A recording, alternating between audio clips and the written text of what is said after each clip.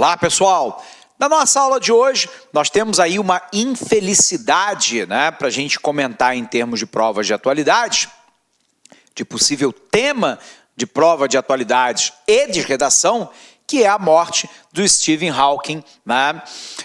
Talvez um dos maiores pensadores da física e da astronomia contemporânea, desde Albert Einstein.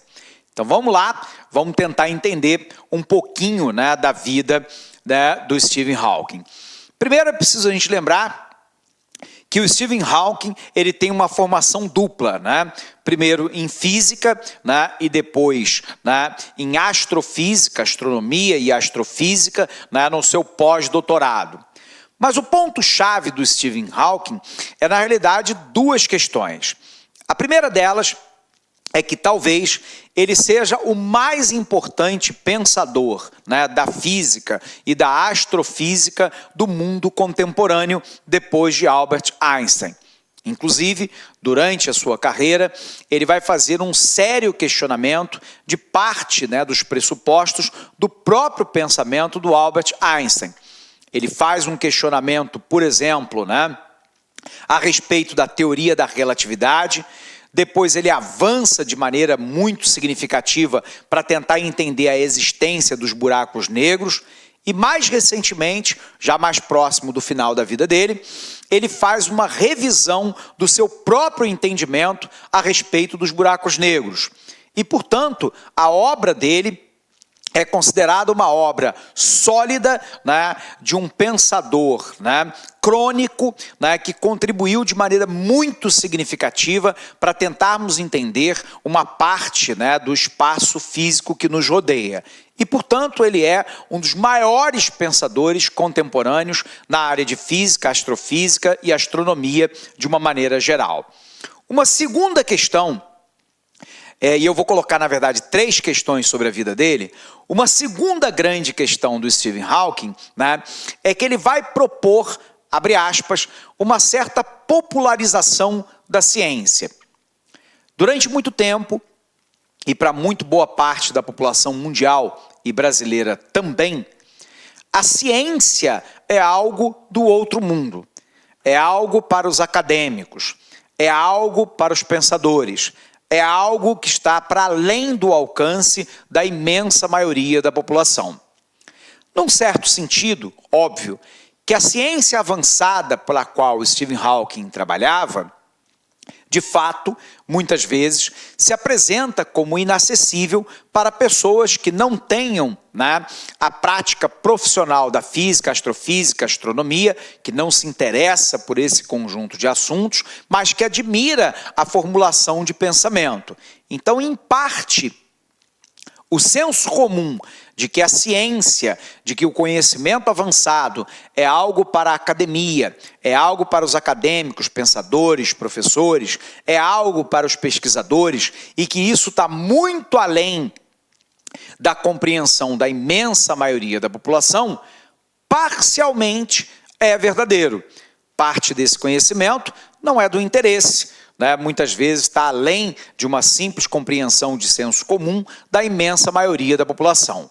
Porém, o Stephen Hawking, e eu compartilho dessa ideia dele, de que a ciência não pode ser endeusada em si mesma.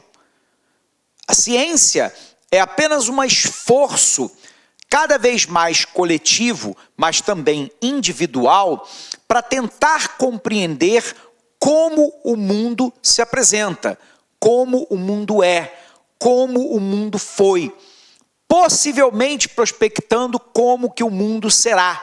É a busca da verdade, é a busca da essência, é a busca da existência daquilo que é. Isso é ciência. E, portanto, é algo compartilhado, em certa medida, por todos nós seres humanos. Todos nós, em maior ou menor medida, queremos entender a realidade que nos cerca. Não somente a realidade sob o ponto de vista físico, mas também a realidade social, a realidade econômica, a realidade psicológica, psiquiátrica, afetiva. Muitos se dedicam, né, ao estudo, né, da espiritualidade humana E o que diferencia o pensamento científico, né, do senso comum é basicamente o seu método, né, historicamente consagrado na ideia de que eu tenho uma tese, eu formulo uma antítese, né, e daí eu tento extrair uma síntese. O pensamento, portanto, ele é mutante ao longo do tempo. A gente vai o tempo inteiro tentando compreender a realidade e muitas vezes chegando a compreensões diferenciadas daquilo que nós tínhamos no passado. Só para lembrar, durante o período medieval, nós acreditávamos, por exemplo, em grande parte, que a Terra era plana, de que na realidade a Terra era o centro do universo e que nós vivíamos um modelo que nós chamamos de geocêntrico, que o mundo circulava em torno da Terra. Hoje nós sabemos que isso é de uma bobagem inominável, né? Nós temos aí pelo menos 1 bilhão de galáxias, né, no universo. A Terra não é sequer centro do seu próprio sistema, o sistema é heliocêntrico, né? Portanto, nós é que circulamos em torno do Sol e não o Sol circula em torno de nós. O Brasil não é o centro sequer do sistema solar. Então observe que a compreensão da realidade, ela vai mudando ao longo do tempo. E o esforço contínuo para poder compreender isso foi algo que marcou a vida do Stephen Hawking. O ponto interessante é que num determinado momento da sua carreira acadêmica, ele teve a percepção que havia necessidade, abre aspas para o que eu vou falar, de popularizar a ciência, de aproximar a ciência do cidadão comum, de fazê-lo apaixonar-se pelas questões científicas. E ele lança um livro que é um best-seller chamado Uma Breve História do Tempo, que é exatamente uma tentativa, né, de aproximar, né, o público, né, abre aspas, do senso comum, não especializado, o cidadão comum, da ciência, mostrando que a ciência não pode, em momento algum, se endeusar, se encaustelar, se fechar, né, em si própria, porque a ciência só tem um único objetivo, que é a compreensão da verdade, daquilo que é, e, portanto, isso pode e deve ser compartilhado com todos. A terceira grande questão da vida do Stephen Hawking, né, foi a descoberta da ELA, uma doença, né, que é a esclerose lateral amiotrófica, né, que foi progressivamente paralisando todo o seu sistema motor. No final da vida, ele não conseguia sequer falar, ele falava por uma voz sintética, né, produzida por computador, né? Ele conseguia mexer apenas a ponta do dedo, né, e os olhos, mas com a ponta do dedo e os olhos, continuava produzindo academicamente artigos e livros, manifestando a sua ciência, o seu pensamento, né, a todo mundo como um todo. O Stephen Hawking, né, teve 2 filhos do primeiro casamento dele, ele se casou já com o início manifesto da ELA, né, de maneira muito clara, e deixa um exemplo de luta, né, constante ao longo de toda a vida. Embora tivesse lá o seu sistema, né, motor muscular paralisado, tá, ele conseguiu produzir até os últimos dias da sua vida, mostrando aí uma grande resiliência. Essa é uma palavra que está na moda, né, que é uma capacidade de resistir às adversidades. Uma força de vontade, né, memorável, exemplar, e um cérebro, né, extremamente ativo, capaz de pensar as coisas mais profundas da física, da geofísica, da astronomia, sem nunca, ou pelo menos quase nunca, se deixar abater de maneira muito profunda pela doença que marcou ele ao longo de toda a vida. Sem dúvida alguma, o mundo fica mais pobre com a morte do Stephen Hawking, né? Mas a gente tem que celebrar a vida dele. Foi uma vida marcada por contrariedades, né, sob o ponto de vista pessoal, né, mas sob o ponto de vista científico, né, é uma pessoa absolutamente brilhante, talvez o mais brilhante geofísico, físico, né, astrofísico, né, da sua geração. Beleza? Vamos conferir? Vem para cá.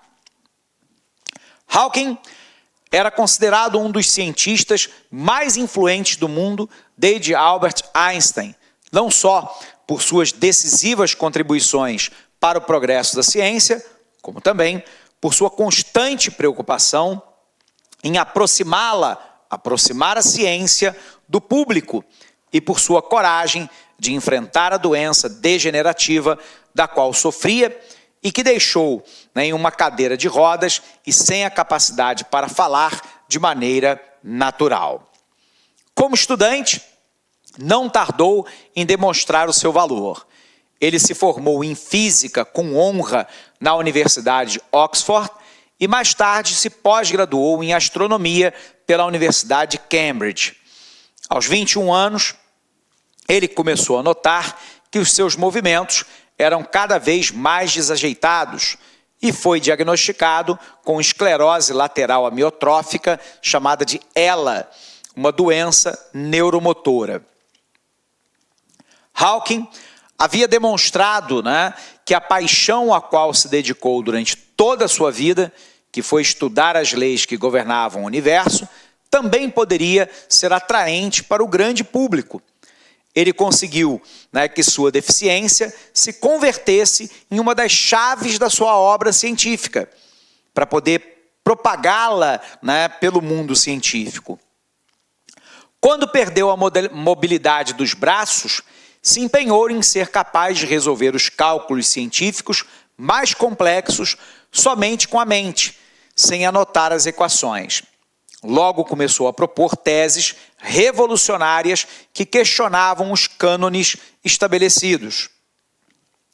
Uma de suas afirmações mais ousadas foi a de considerar que a teoria geral da relatividade, formulada por Einstein, implicava que o espaço e o tempo tivessem um princípio no Big Bang e um fim nos buracos negros. Em 76, seguindo lá os enunciados da física quântica, Hawking concluiu que a teoria da radiação, que os buracos negros, as regiões do espaço com tamanha força de gravidade, que nem a luz pode escapar delas, eram capazes de emitir energia e de perder matéria. Em 2004, ele revisou a sua própria teoria e chegou à conclusão que os buracos negros não absorvem tudo. Aqui tem um dado da ciência que eu particularmente gosto muito e que talvez tenha sido sintetizado de maneira poética, artística, através da música com Raul Seixas. Raul Seixas tem uma música famosa que tem uma frase que já chegou à maioria da população brasileira. Diz ele lá: eu prefiro ser uma metamorfose ambulante do que ter aquela velha opinião formada sobre tudo. Talvez o Hawking, sem conhecer Raul Seixas, se guiasse exatamente por isso. A capacidade de um cientista brilhante é aquele que não tem verdade pré-formulada. É aquele que se permite discutir a si próprio e ao conhecimento formado outrora, podendo confirmá-lo ou refutá-lo. O que o Hawking faz em 2004 é se contrapor ao Hawking da década de 70, que disse que o buraco negro absorvia tudo, a luz e tudo que estava em volta. Em 2004, ele revisa e diz lá: o buraco negro pode não absorver tudo. Alguém diria assim, Então ele se contradiz em vários momentos. Sim, exatamente isso. Porque o papel da ciência não é o compromisso com o dogma. O compromisso da ciência, do pensador, é com a verdade. Então, se outrora eu estive errado e agora eu chego à conclusão de que aquilo lá era um erro, eu tenho que mudar a minha opinião e tenho que ter a capacidade e a dignidade de dizer isso ao grande público. Eu prefiro ser uma metamorfose ambulante do que ter aquela velha opinião formada sobre tudo. Quem tem uma velha opinião formada sobre tudo o tempo inteiro é quem é dogmático, não cientista. Pessoal, a gente encerra essa aula por aqui. Um abraço imenso para você, bons estudos e até o nosso próximo encontro. Até lá! Clique lá